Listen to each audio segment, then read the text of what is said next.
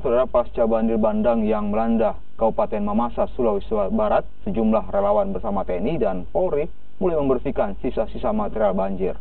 3 sekolah dasar yang sempat terendam banjir juga mulai dibersihkan. 3 sekolah yang mulai dibersihkan yakni Sekolah Dasar Negeri 09 Trate, Sekolah Dasar Negeri 04 Bantanguru, dan Sekolah Dasar Negeri Telok Kolonglau. Selain tertimbun material lumpur, sejumlah kursi dan meja sekolah juga mengalami rusak akibat tergenang banjir. BPBD Mamasa mencatat banjir dan tanah longsor merusak sekitar 28 rumah warga, 3 gedung sekolah, belasan hektar sawah, serta 164 orang terpaksa mengungsi. Selain itu, 5 turbin listrik di sejumlah desa juga mengalami rusak sehingga aliran listrik padam.